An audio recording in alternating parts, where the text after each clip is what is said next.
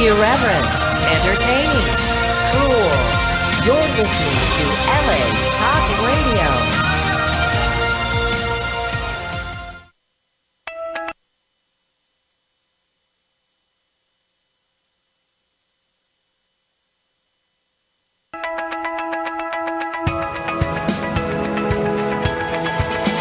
You're listening to Peace Fund Radio with Ethan Dettenmaier and Adrian Paul, right here on LA Talk Radio. Bam! Good morning. We like to start the show with a bang in the morning. Indeed. Just thought I'd shut the door on us this morning. How are we today, this week? You're looking very, red. Have you been out in the sun? I was in the sun yesterday working. Well, because, what were you doing? I was. Tell me you're doing your house. You're like, no, I wasn't. Well, you know a bit about this because your Halloween decorations one year were stolen, which I thought was a very punkish move. I have to admit, I sided with you on the wrongs of that, but I was readjusting the graveyard. Yesterday. Oh wait, so you got all the Halloween decorations? Yeah, well, we had it out, but my daughter, the production designer, had a different sort of vision. For the cemetery, so I'd go in there and make all the adjustments the way any good art director would. Tell me you didn't have to dig up stuff. No, we've actually got it engineered where we can put them in real quickly. They're like with stakes and stuff. Right. And our area gets a lot of autumn wind, so you have to kind of reinforce it pretty good, or the tombstones blow away. You know? And then I had to touch a bunch up with paint and stuff, and it was like I had to set up basically a mini art department on my driveway yesterday. All ours are in storage at the moment because I've got, You didn't get them out for Halloween? Well, your kids probably don't. Next year. Yeah, well, once I got my new house kind of situated. And you're in a neighborhood where people probably won't steal your... You never know. Listen, I was in a great area before. That's true, you were. Big homes. This wasn't exactly... people drive past and go, oh, look, I think we'll just nick that. But I don't understand why people, do it. They're so inexpensive now. Yeah, I know. I mean, you can get them...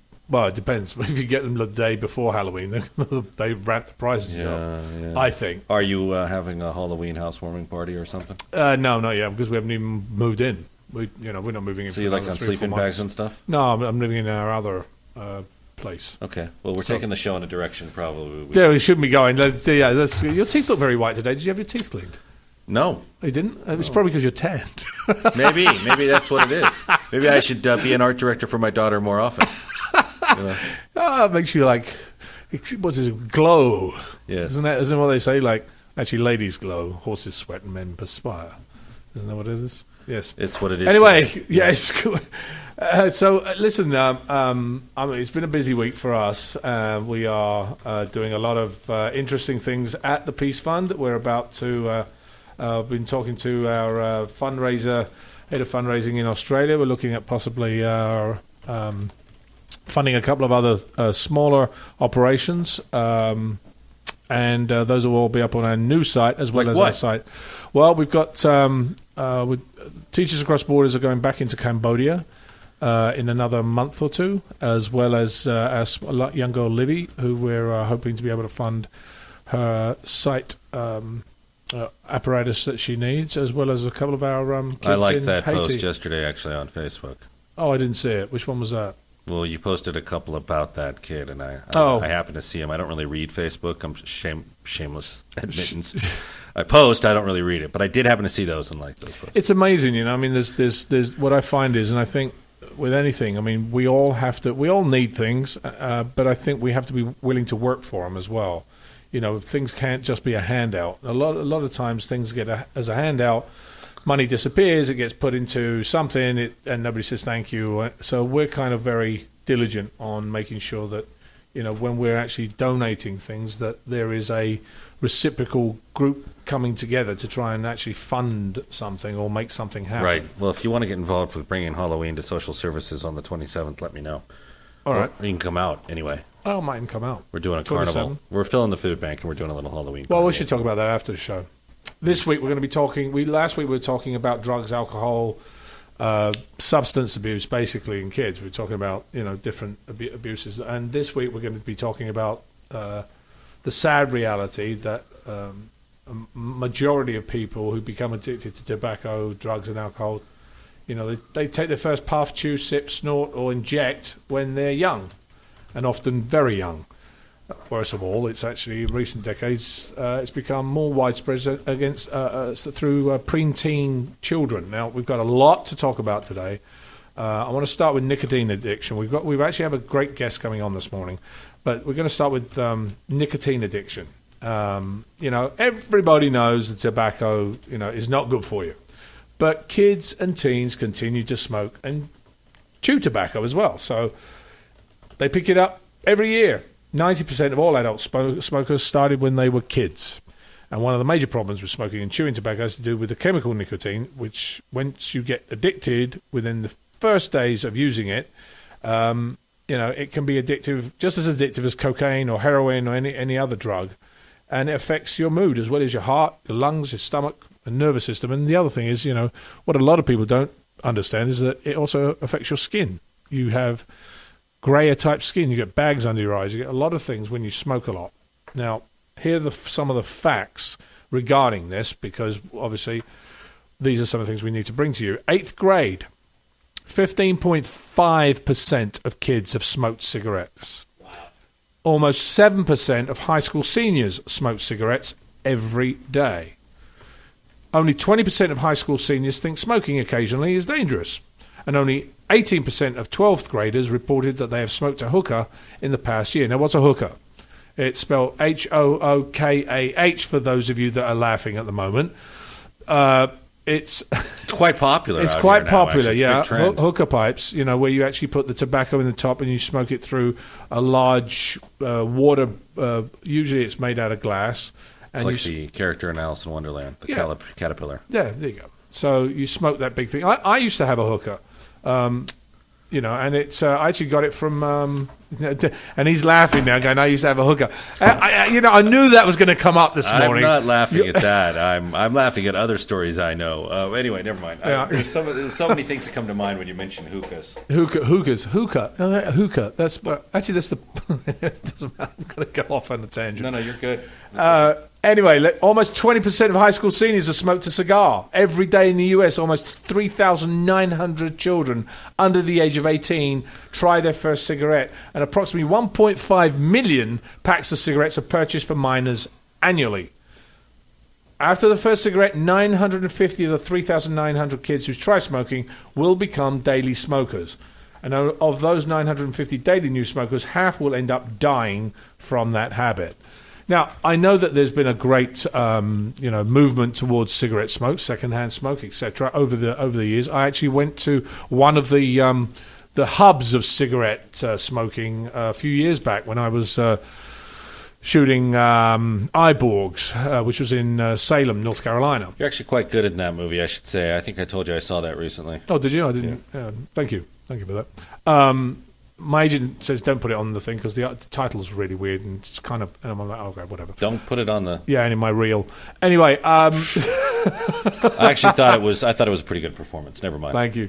I was actually doing two films at one time. I was flying between London and North Carolina where I was doing that. But I was actually in Salem, North Carolina, where I think Philip Morris have their headquarters, and it was really sort of prevalent there.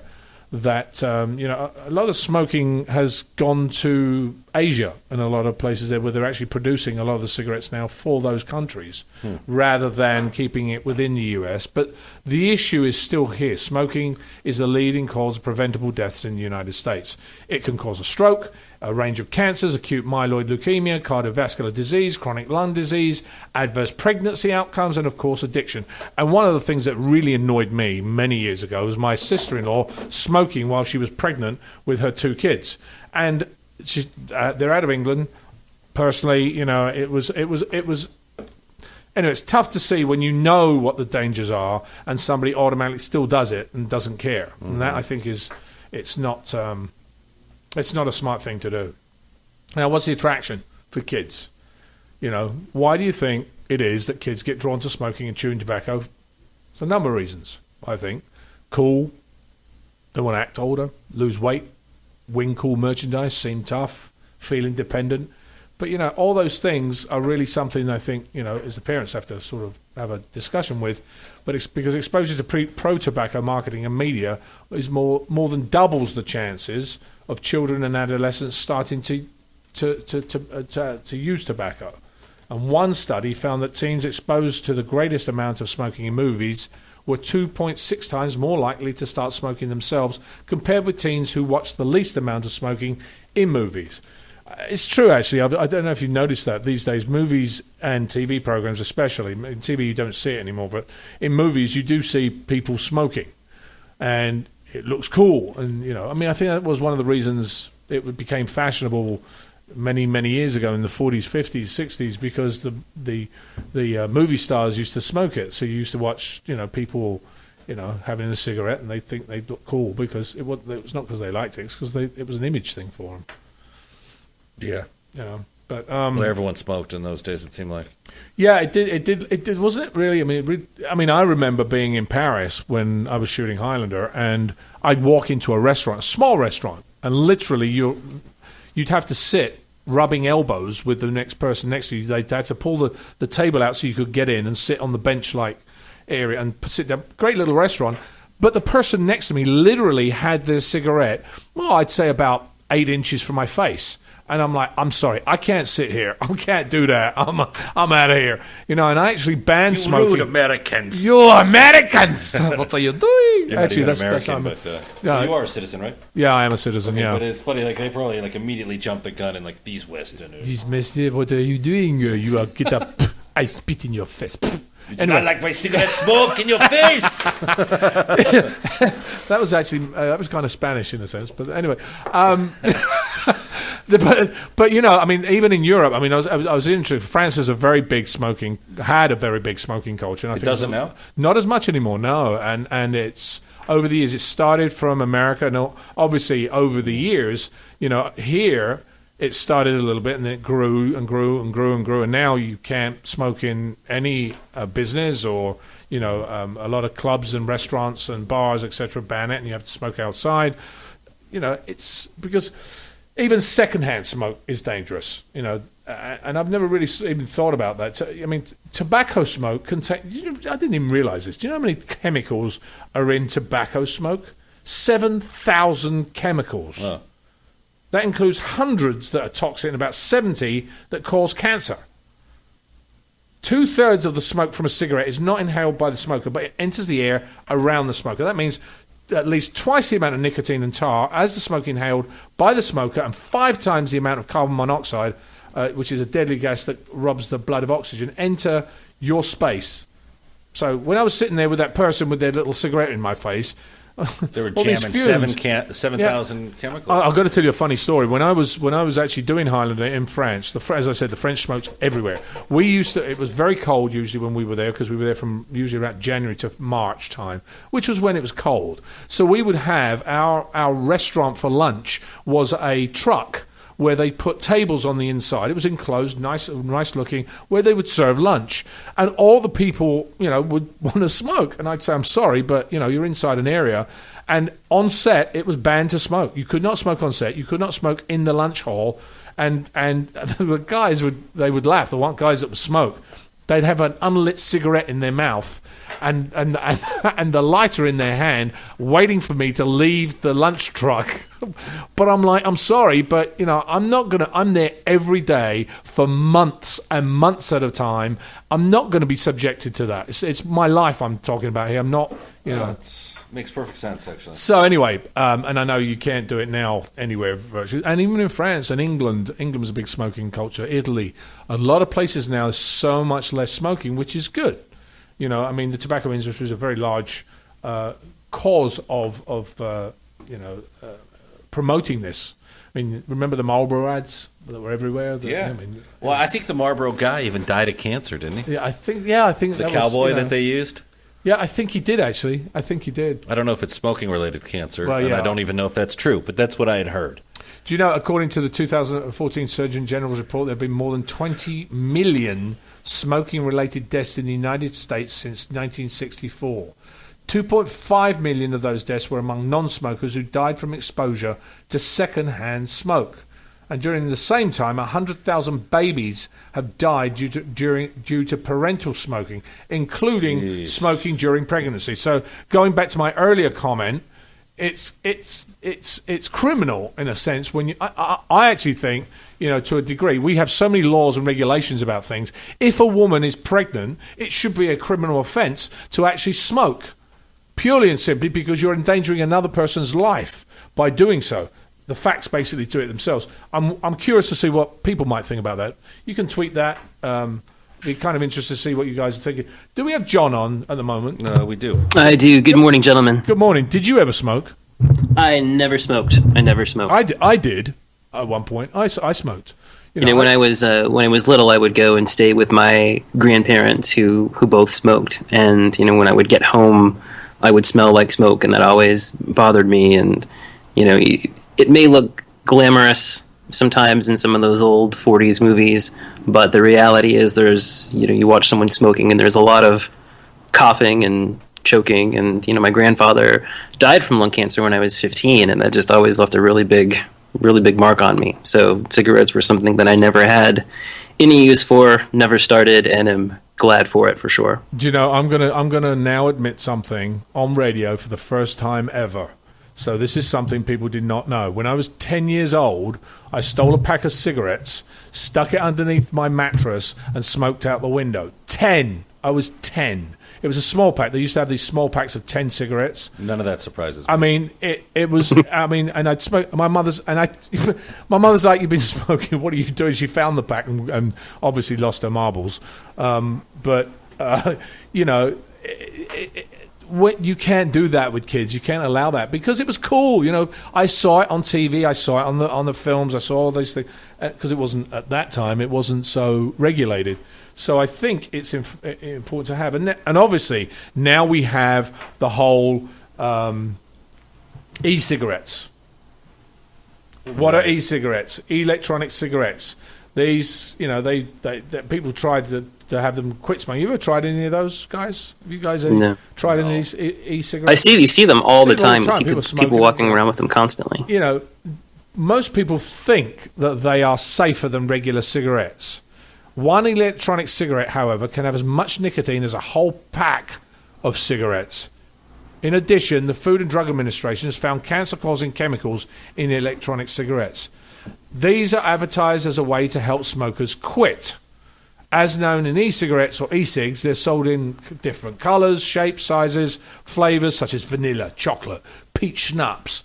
And the device, what they are, I mean, think about it. I mean, you have all these lovely flavours now doing. And what they are, for those of you that have not really known, it's a device that has a battery, a vaporizer, and a cartridge that makes a mist that you inhale.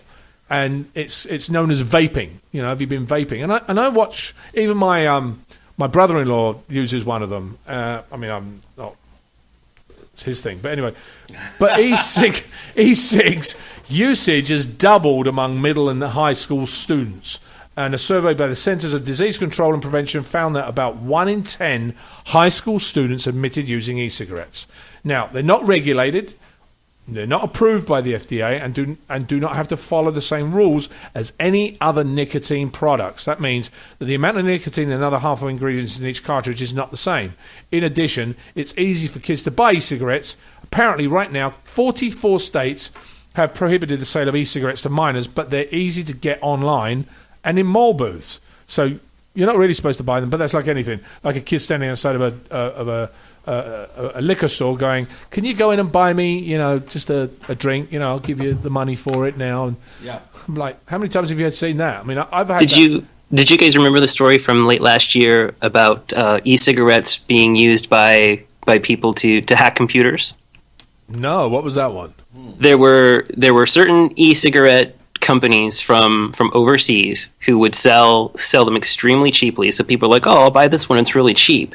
And when they would plug it into their computer to charge their e-cigarette through a USB port, the e-cigarette would load malware onto the computer that would allow the manufacturers of these e-cigarettes to take the person's personal information off of the computer. That's diabolical. Do you know? I mean, yeah. Let's rip them off of their information while we're trying to kill them anyway. Yeah. While we're actually poisoning them, let's take their information because they're not going to need it when they're dead. Gosh, It's like a horror movie. Anyway, here's some stuff. Look, parents, talk to your kids about the dangers of e-cigarettes. Most cartridges have 20 milligrams of nicotine, and a dose of as little as 10 milligrams of nicotine can be fatal for a child. In addition, children can easily become hooked on nicotine by using it. Even one teaspoon of liquid nicotine can be lethal to a child, and smaller amounts can cause severe illness. Because e-liquid containers vary in size, and they're not required to be childproof. Wow. So it's likely that ingestion by small children and deaths will rise. In December last year, a 1-year-old boy from Fort Plain, New York, died from ingesting liquid nicotine. In 2014, 3,783 exposures to liquid nicotine nationwide were reported to poison control centres, a sharp increase from previous years. Half of those calls related to poisoning of children under the age of 5. Now, shouldn't this be something, much like you have your prescription drugs that have tops that you can't open for they're childproof? Right. Shouldn't this be the same type of thing? I mean... Yeah, I think so. If it is dangerous to children, you should be able... And on top of that, it's a parent's responsibility, much like we talked about gun control before, where if a child has a gun and uses the gun, the parent should be held responsible for it. This is tantamount to the same thing. Must be tantamount, really, because you're really doing the same thing in a different way. Now, alarming trends. Hooker pens. While it says on the label, don't sell to anyone under the age of 18, that's only a recommendation. We know the dangers of smoking, but there's a new trend, which is attracting kids as young as elementary school age, and it's just as addictive. It's called a hooker pen, and they come in flavours like Kool-Aid. But these dangers are not cool. It's something that's going to be around in the elementary, middle, and high school, said Dr. Kelly. Johnson Arbor, Hartford Hospital in Connecticut. Dr. Kelly specializes in medical toxicology at Hartford Hospital. She has a warning for parents about e-cigarettes with nicotine, especially the types called hooker pens. The bright colors and flavors like blueberry are targeting kids. They're contagious. You take one puff, tastes good, smells good, and you can develop the habit and keep puffing on that item, and that will make a person inhale a lot more nicotine. Legally, in many states, you have to be at least 18 years old to go inside a smoke shop, and 18-year-olds, and you have to be 18-year-old to buy them. The big problem is you can buy them on the internet with no ID required. Hooker pens can be bought, and while it says on the label, "Don't sell to anyone under the age of 18," that is only a recommendation. It's not a law. So why the difference? Why is there a difference? Actually, we will have our... can you tell us a little bit about our hero of the week, John, this morning? Yes, this is I'm so excited about this story, and I know that the family is also excited as well. Today's hero of the week's unique way of protecting, educating, and aiding children everywhere fits right in with our topic. She's Hannah Whatley-Blaine from St. Louis, Missouri, and she's the founder of an educational program called K.A.T.S, with a K, which stands for Kids Against Teenage Smoking. You can find her online at kidsagainstteenagesmoking.com and at facebook.com/kidsagainst-teenage-smoking, where she presents science and statistics via videos and blogs with a whole lot of humor and heart.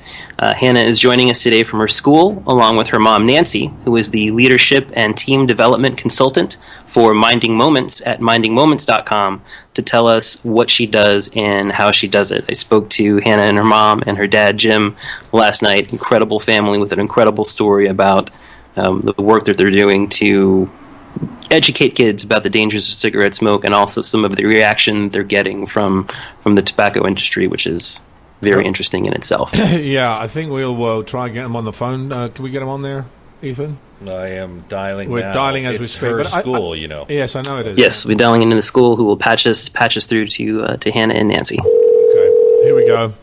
And I find it interesting. Education is important, especially in this. Good afternoon, Academy of the Sacred Heart. Yes, good afternoon. Could I speak to Hannah and Nancy? This is Adrian Paul from Peace Farm Radio.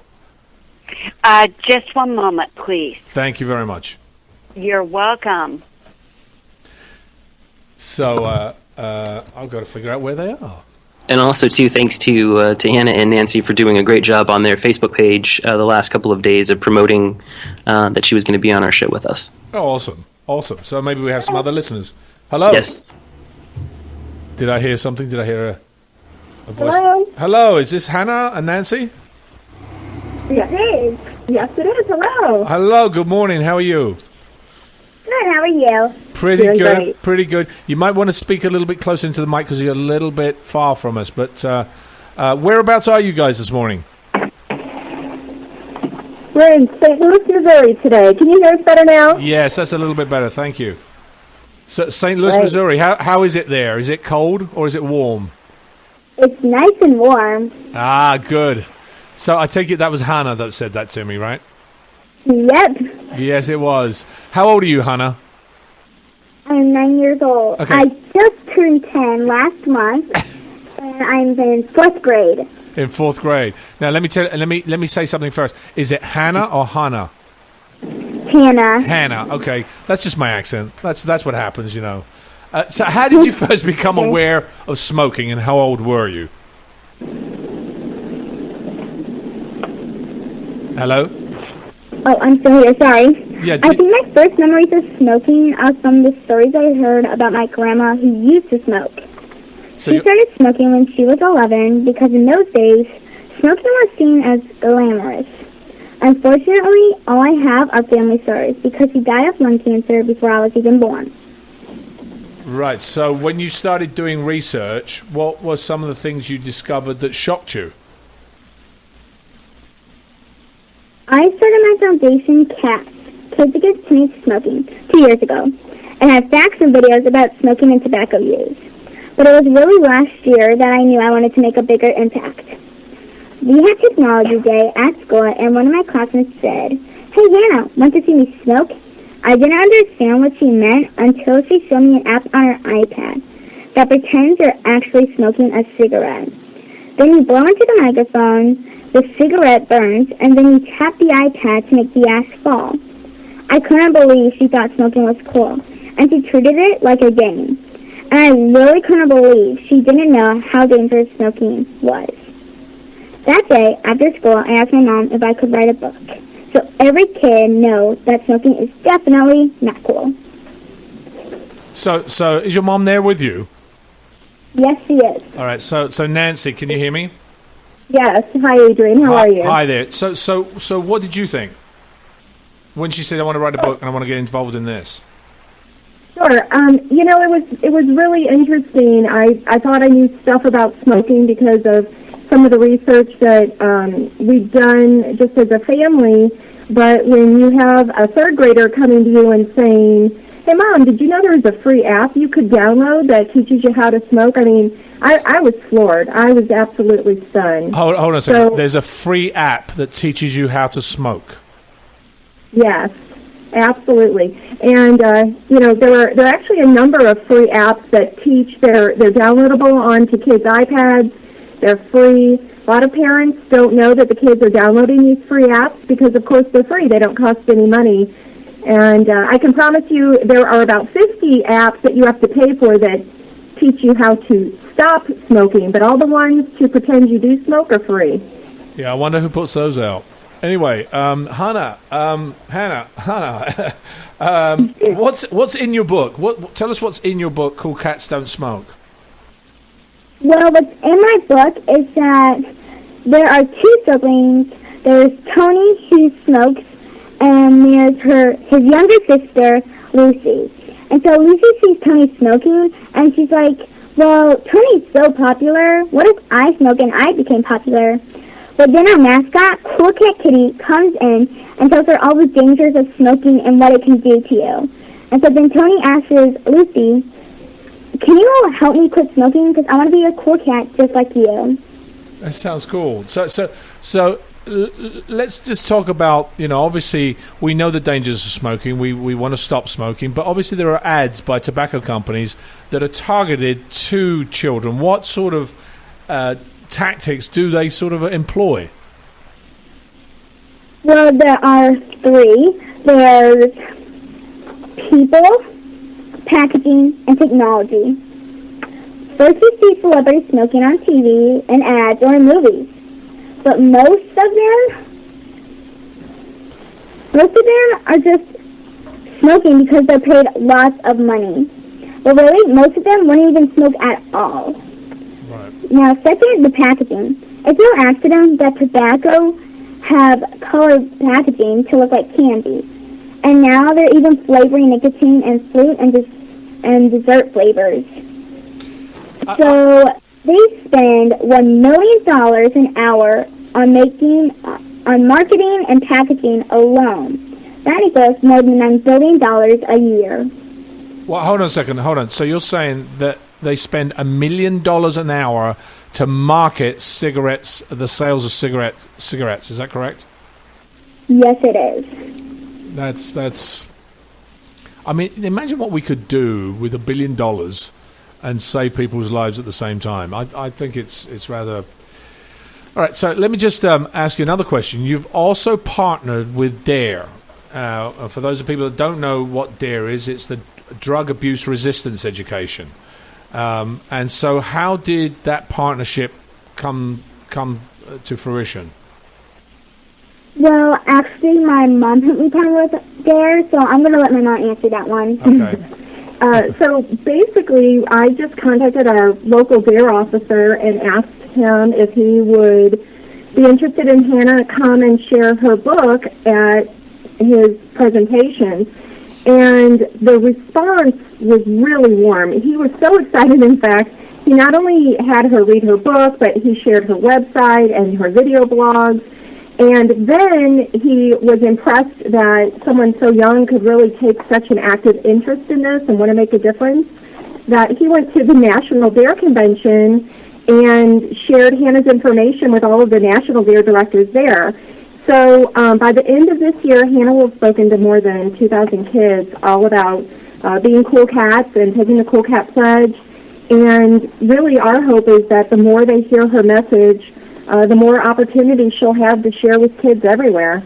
So, Hannah, how do kids react to when you're speaking to them and when you're teaching them these things? Well, they react kind of shocked with how much money they spend, and also they feel kind of worried because maybe they know someone who smokes. But I tell them we're not against anti-smokers. Smokers. We're against anti-smoking. So then I tell them that, and they feel a little bit more like relaxed. And so then I just read them my book and I answer their questions. And so, do you think they have kids stop smoking, or have they passed that message on? Do you think?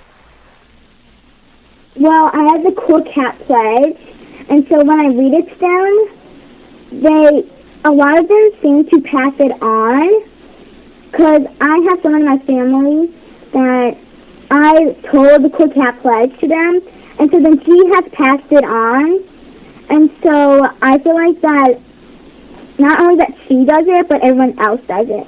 All right, Hannah, so you just talked about the pledge. Let's hear the pledge. I want to hear the pledge. Okay, so Pretty long. yeah, it's kind of long, so be prepared. Okay. Are you going to have him say the pledge? Okay, how about you say the pledge? So you'll just repeat after me. Don't worry, I'll say it a little chunks. I, Hannah Whatley-Blaine, but you'll say your name. I, Adrian Paul, Promise to say nicotine-free. promise to stay nicotine-free. And to help those around me become informed about the dangers of tobacco. And help those around me to be informed about the dangers of tobacco. In all its forms. In all its forms. I I promise to never smoke never smoke. or use tobacco. Sorry, which tobacco? Or use tobacco products of any kind. Or use tobacco products of any kind. Not criticize smokers. Not criticize smokers. And support friends and family who want to quit smoking. And support friends and families to try and quit smoking. And there's the Cool Cat Pledge. Awesome. It wasn't long. That was awesome. That's awesome. Thank you. Well done. And did you? Who made the pledge up? I did. You did? That's awesome. Yep. Thank you. So have you gotten any feedback from the tobacco industry or from the government for what you're doing? Yeah, Adrian, that's been a really interesting experience. We actually reached out to one government official who received an award for his work in reducing teenage smoking in his state, not Missouri, by the way. And we just shared a little bit about Hannah's platform, and we said, hey, do you have any advice on how we might be able to get Hannah's message out there more effectively?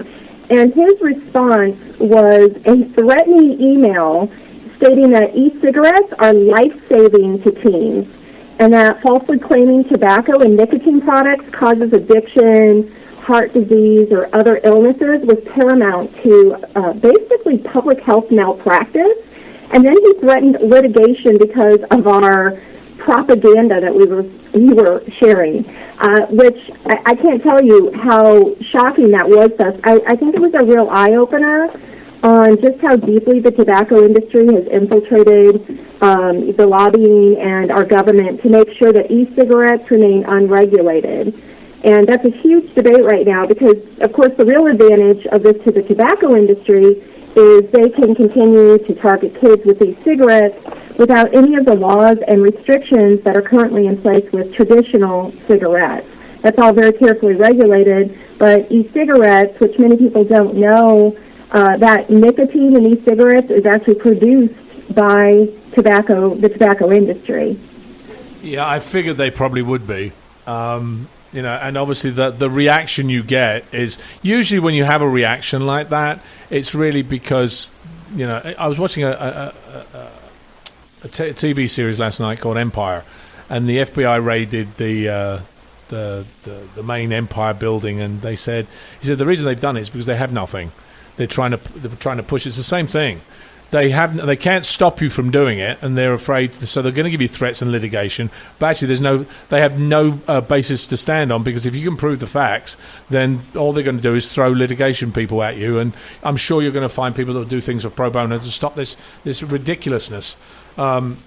But anyway, I don't want to get into that too much, because I think that the important thing is to really bring a message across that e-cigarettes, as well as cigarette smoking, is dangerous for children, because obviously that's where it starts. Is when you're a child, you become addicted to the nicotine. Hannah, have you? What advice would you give to young children who might like to start their own organisations like yours? Well, I'll tell them to just listen to their heart. Because in this whole process, your heart is what you really need, because it can really help you. And so if you don't listen to your heart, you might fall into the tobacco company's hands. So always keep your heart and always listen to it.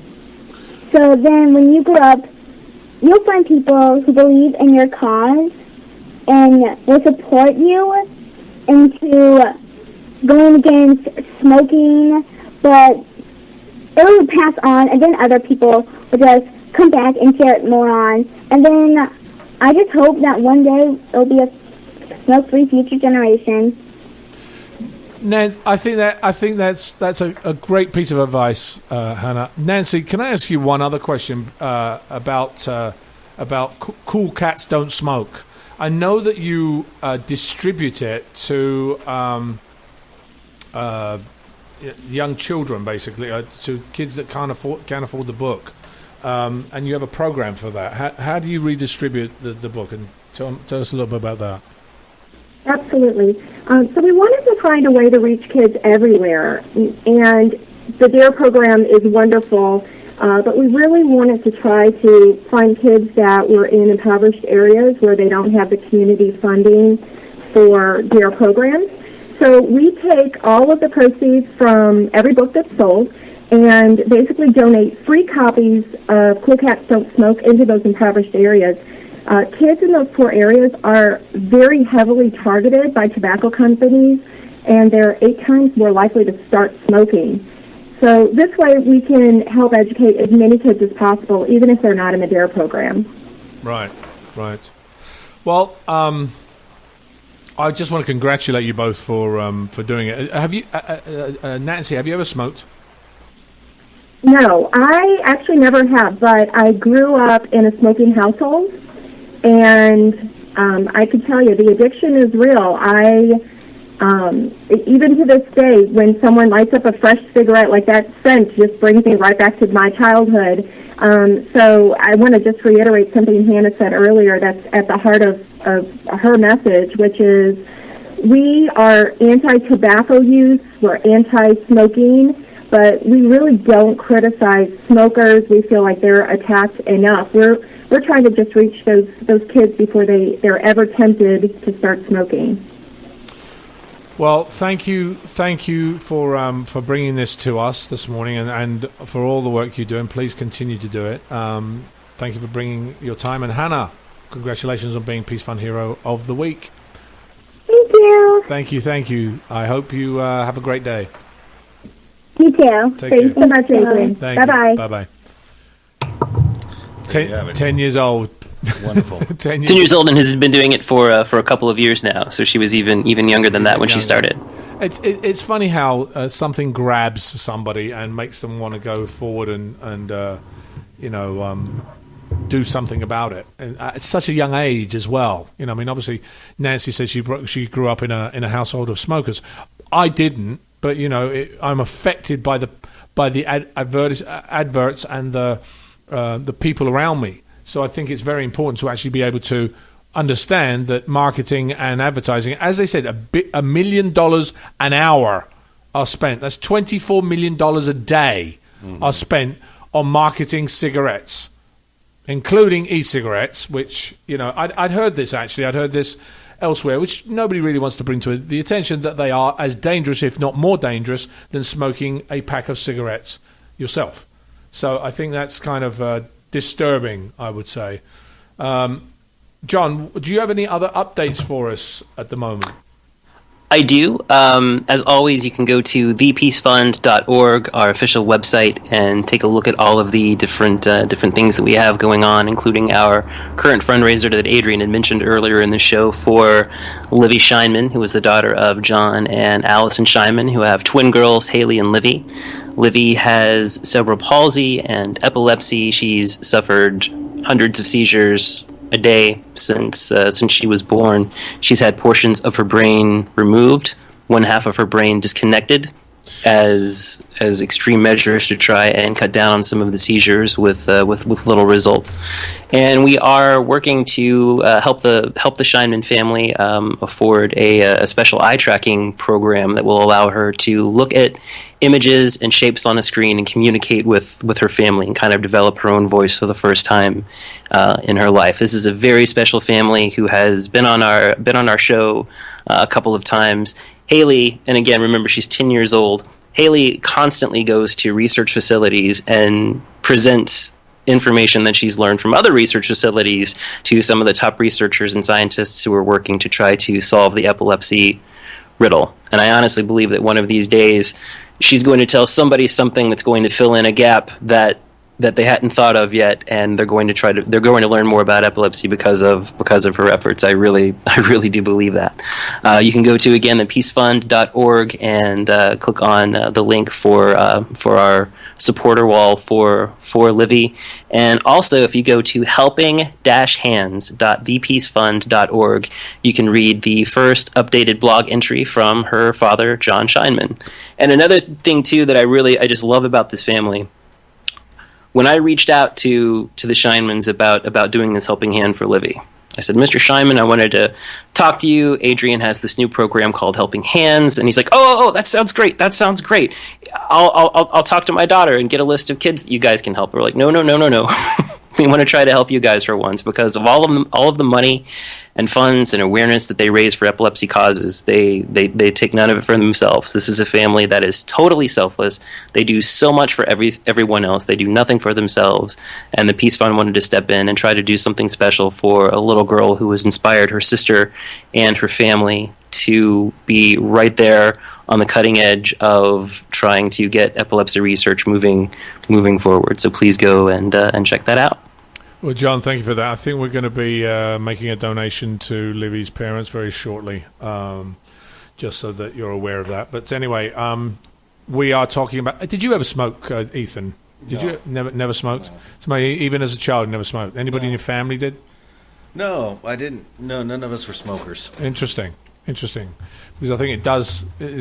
nobody in your family smoked, and it obviously passed on. I had an aunt who smoked. But are you talking immediate family? No one in my immediate family. No, I mean, my mom and my dad didn't smoke. My grandfather smoked. Yeah. But, I mean, he died many years before, But really, smoking wasn't really prevalent in my family. So let's just talk about, as we're closing, there's a challenge for you out there. If you are a smoker, if you have children, quit today. If your children see you smoking, they might want to try it, and they may grow up smoking as well.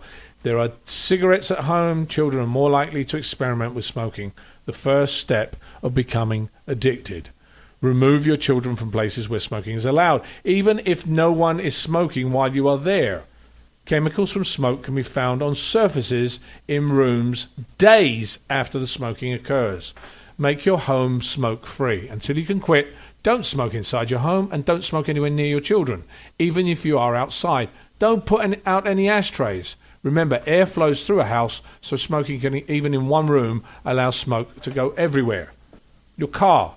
I remember my roommate one time, her mom came to see us, and she used to smoke in the car. And she used to have an ashtray. That ashtray was full, and all the cigarette butts were on the floor as well of her car. That's how much she smoked inside the car. So you're smoking not only in your lungs, then you've got the secondhand smoke, so you just keep smoking it all the time. Make your car smoke-free. Until you can quit, don't smoke inside your car. Open the windows. It's not enough just to clear it. So don't smoke inside the car. What were you going to say, Ethan? Yeah, I saw you. That's remarkable that she smoked that much. It's just an amazing amount of... Well, that's an amazing amount of nicotine. There's at least 2 packs. Yeah. I mean, and some people smoke that much. You should also, guys, if you're listening to this, choose a babysitter who doesn't smoke. Even if the babysitter smokes outside, your children are exposed. Consider changing babysitters to find a smoke-free environment for your children. And lastly, encourage tobacco-free childcare and schools. Help your children's childcare or school, including outdoor areas and teachers' lounges, become tobacco-free. Get involved. Get your children involved in the effort to make school tobacco-free. Tobacco is an issue.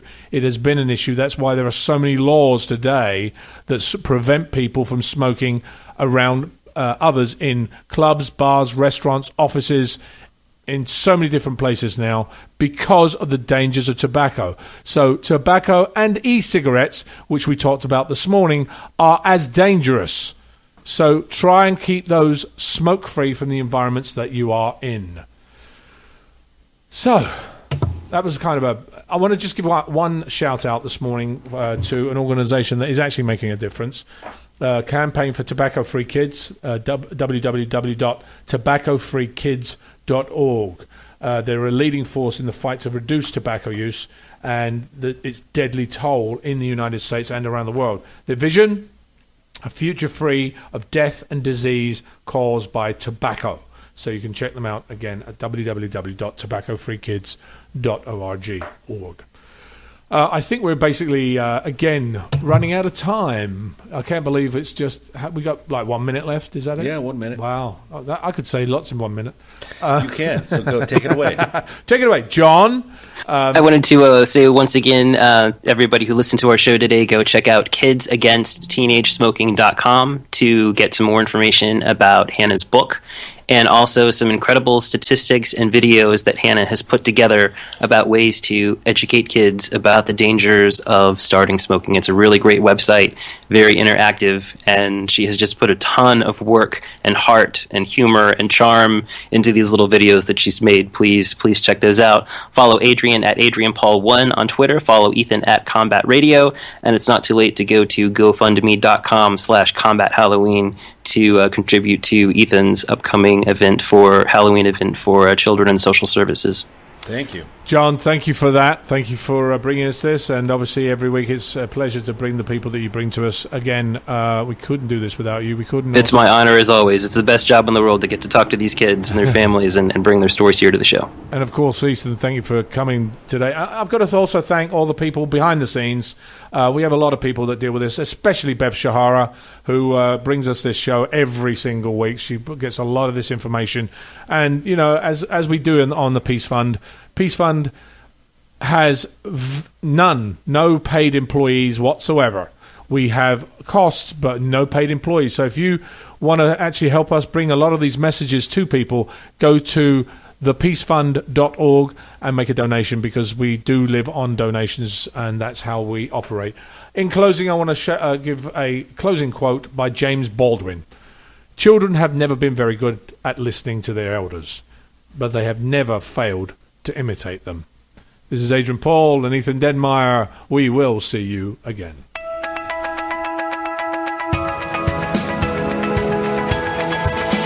You're listening to Peace Fund Radio with Ethan Dettenmaier and Adrian Paul, right here on LA Talk Radio.